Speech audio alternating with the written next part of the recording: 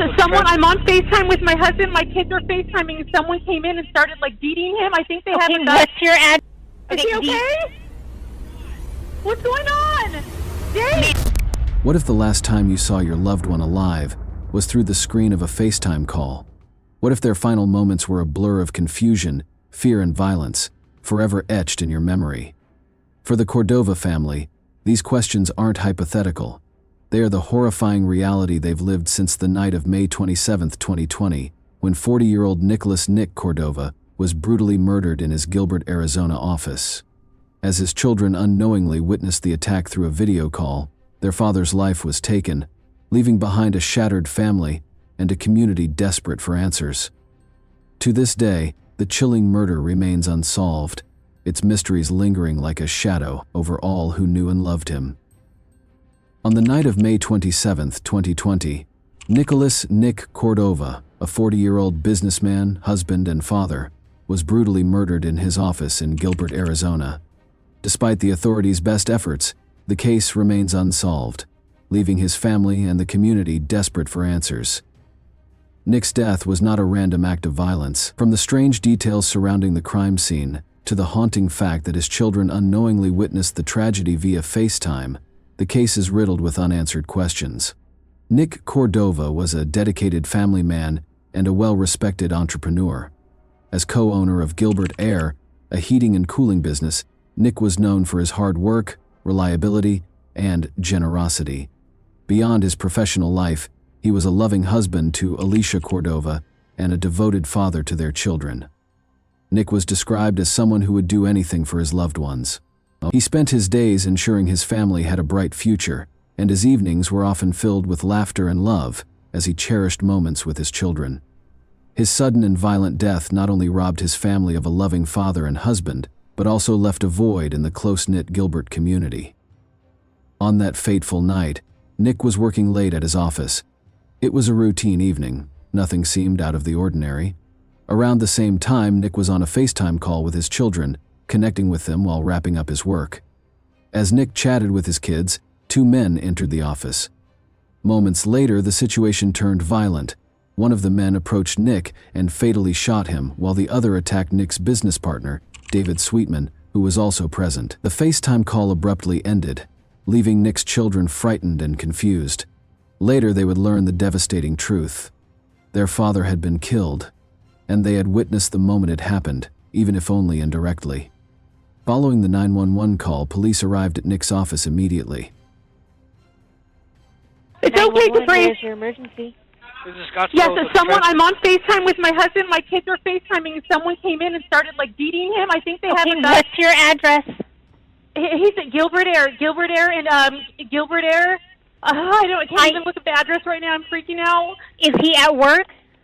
Yes, he's at work. His address is 511 West Guadalupe Road, number 13. Okay, 511 West Guadalupe Road? Yes. Nick! Wait, 113? 511 West Guadalupe Road, number 13. Okay. Nick! Is he still there? I can hear things moving around, but I don't see anyone back there. Capri, get out of the room, please, babe. Nick! And you're calling from Scottsdale? I'm calling from Scottsdale. We are FaceTiming. My kids are FaceTiming him, and then I just heard screaming. I thought it was a joke, and somebody came in. Okay, this is your husband's work, and it's Gilbert Air? Yes, my husband's work, Gilbert Air. It's just him and his manager that work there, but someone came in, and I think they're just, like, beating him. I'm pretty sure I saw a gun. I still have him on FaceTime, but I can't see anything. Babe! Okay, Nick! Are you hearing anything? I just hear moaning. I don't know if it's him or the manager. Okay, I've got help on the way, okay? Please hurry. Okay. Hurry. Okay. Let me get your phone number just in case. It's an air conditioning, like a workshop. Okay, ma'am. Okay, you're at 4 in case we get disconnected. Okay, what's his name? Nick. Okay, what is Nick's last name? Cordova. Do you have his phone number? Yes. What's his phone number? And then he has another cell phone. We're on. I don't know which cell phone we called him on. All right. Can you? I just want to confirm. Is it Suite 113 or Suite 13? No, it's number 13. Okay. The crime scene presented investigators with a number of perplexing clues. First, it became clear early on that robbery was not the motive. Despite cash and other valuables being present at the scene, the attackers left without taking anything. One of the most unusual pieces of evidence was a potato with a hole in it, found near the crime scene. Experts suggested that it could have been used as a makeshift silencer for the gun. This detail pointed to premeditation, as the use of such an unconventional tool requires planning and intent. Another key piece of evidence was surveillance footage from a nearby gas station. The footage showed a red and silver Ford F-150 truck, believed to be linked to the crime. Despite releasing this information to the public, authorities have yet to identify the vehicle's owner or its connection to the murder. David Sweetman, Nick's business partner, was also in the office at the time of the attack. According to his account, the two men burst into the office, with one attacking him and the other targeting Nick. Sweetman survived the attack and provided a statement to the police. However, his presence during the murder has raised some eyebrows.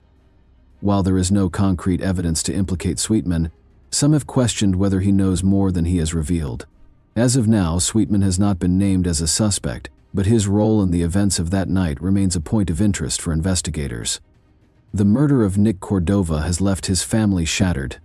Alicia, his widow, has spoken publicly about the emotional toll of losing her husband in such a horrific way. Life has been a nightmare, a living nightmare. My kids miss their dad, I miss their dad. I'm trying to stay strong for them, but it's so hard to be strong when you're dying inside. She describes Nick as the rock of their family, someone who worked tirelessly to provide a good life for his wife and children. The trauma endured by Nick's children is perhaps the most heartbreaking aspect of this case. They were on a FaceTime call with their father when he was killed, an experience that has left them emotionally scarred. Alicia has also expressed frustration with the lack of progress in the investigation. For her, every passing day without answers feels like another injustice. I beg you to speak up. We need answers, and my husband deserves justice. The investigation into Nick's murder is ongoing, but progress has been slow. The Gilbert Police Department has followed several leads, but none have resulted in arrests. The Ford F-150 truck remains a key piece of evidence. Authorities are still appealing to the public for information about the vehicle and its possible connection to the crime. Detectives believe that someone, somewhere, knows something that could break the case wide open. They have urged anyone with information, no matter how minor it may seem, to come forward. Given the bizarre details and lack of clear motive, several theories have emerged about why Nick was targeted. The fact that nothing was stolen from the office suggests that the murder was not a random act. It's possible that Nick was targeted because of a personal or a professional dispute. Some speculate that the killers may have intended to send a message, either to Nick or someone else. The use of a silencer and the precision of the attack indicate a level of planning and professionalism. Although less likely, some have suggested that Nick may not have been the intended target. If this were true, it would explain the lack of motive and the seemingly random nature of the attack.